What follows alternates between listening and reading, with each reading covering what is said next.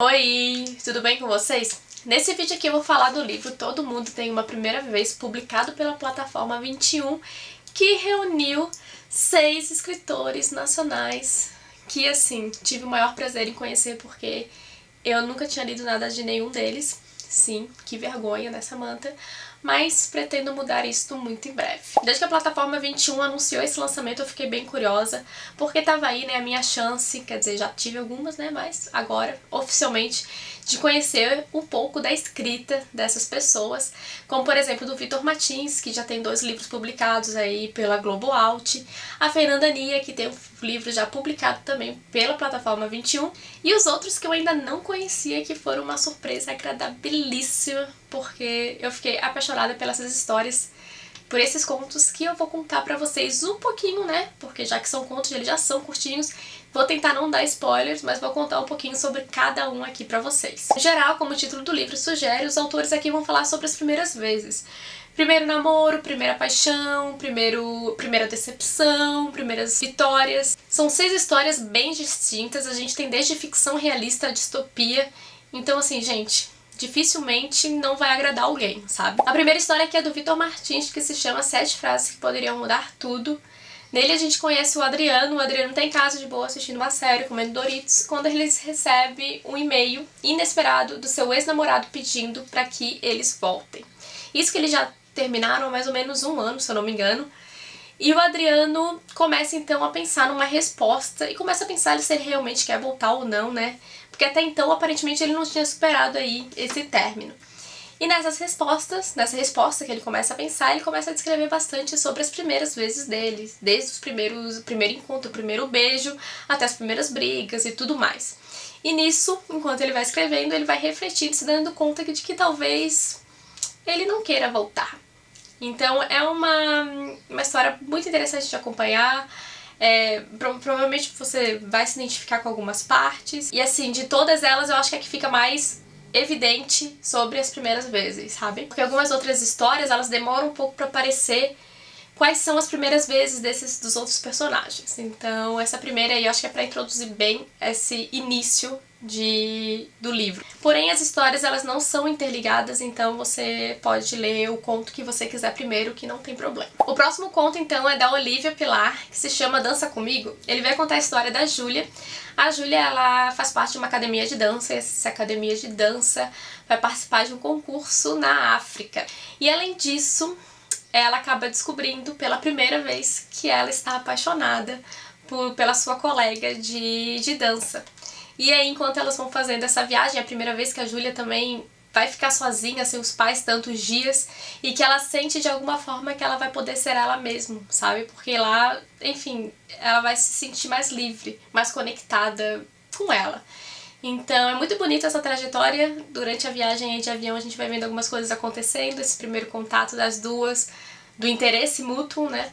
E, enfim, é um conto, assim, pra esquentar o coração, sabe? Muito fofo mesmo. O próximo conto, então, se chama O Melhor de Todos e foi escrito pelo Jin Anotsu. Ele vai nos levar aí pra época do Ayrton Senna, em que o Ayrton Senna tava no auge. Mas a gente inicia o livro com um pai levando seu filho pra disputa aí do Felipe Massa e do Lewis Hamilton, que aconteceu, que eu não lembro agora em que ano. E aí, no fundo, o pai, na verdade, está torcendo pelo Lewis Hamilton, né? Porque ele se sente representado ali por ele, já que ele é negro. E o filho, né, sem notar e sem se tocar disso, acaba, claro, torcendo pro Felipe Massa, por ser brasileiro e tudo mais. Só que ele, né, levando o filho aí pra assistir a Fórmula 1, ele vai se lembrar do passado, que é onde o Ayrton Senna estava no auge, que ele e o irmão eram super fãs do Ayrton Senna, e que fizeram de tudo pra ir na Fórmula 1 assistir ao vivo ali. Só que no meio do caminho aconteceu alguma coisa, que daí eu não vou contar, que é o plot twist, né, digamos assim, do conto. Quando a gente volta, né, pra saber a história do passado desse cara, a gente vê que é uma história cheia de preconceitos e de crueldade do ser humano. É dolorido, é um conto muito dolorido, mas é um conto ao mesmo tempo bonito também, mas que vai fazer, acho que de todos que estão aqui, todos esses contos, né, de todos esses contos, eu acho que é o que vai fazer o estômago embrulhar mais, sabe? Porque a gente sabe que o que acontece ali é bem real E muitas vezes a gente acha que, nossa, o Brasil tá mudado, mas na verdade muitas coisas que acontecem hoje em dia a gente vê que não tá tão mudado assim, né? Então é um conto que dói realmente, mas que é lindo de certa forma e super necessário. O Herói na Sala 307 é um conto da Fernanda Nia, e nesse universo que ela cria existem super-heróis. E a gente tem uma personagem principal que quer descobrir a identidade de um super-herói, porque ela acha que o super-herói é do colégio e ela está investigando ela junto com um amigo, só que ela vai se deparar com uma grande revelação. E como ela diz, né, pela primeira vez, tudo que ela achava que era uma coisa não era. Ela estava super enganada em relação aí a todo esse mistério. Mas é um conto super divertido, é um conto que vai falar muito sobre amizade também. Então é um conto, além de ser muito divertido, ele faz a gente pensar, né, que por muitas vezes a gente acredita tanto numa coisa, mas a gente tá errado, né? Então, bora abrir aí a mente e pensar além do que a gente acha que é, né? Não dá pra ter tanta certeza assim das coisas. A Bárbara Moraes vai trazer pra gente a história Confissões, que é um grupo de adolescentes. Eles decidem entrar numa casa mal assombrada, e que pra eles, né, mal assombrada não quer dizer que ela seja mal assombrada. Mas acompanhar eles, assim, é super divertido. E o mais interessante é que a gente vai descobrindo aí, durante, né, essa expedição deles, o verdadeiro, né, quem eles são de verdade, né, não só aquela casca que eles mostram, mas o que eles estão realmente sentindo. Eles vão se abrir um com outros, é uma história incrível de amizade, de companheirismo. Às vezes, pra gente mesmo, né, mostrar quem nós somos de verdade é muito difícil. A gente acha muitas vezes que mostra, mas que não mostra. A gente finge que tá tudo bem, mas por dentro tá tudo se corroendo e a gente tá sofrendo. Então é uma história muito bonita.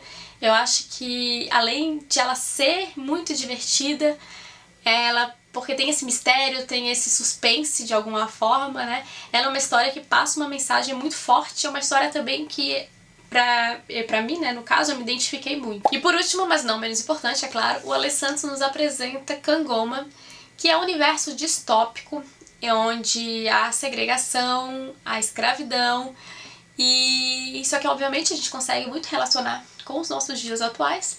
E a gente conhece o Akin, que vive numa periferia, ele vive, enfim, passando necessidades, a internet já não é a mesma que a gente conhece, nem todo mundo tem acesso.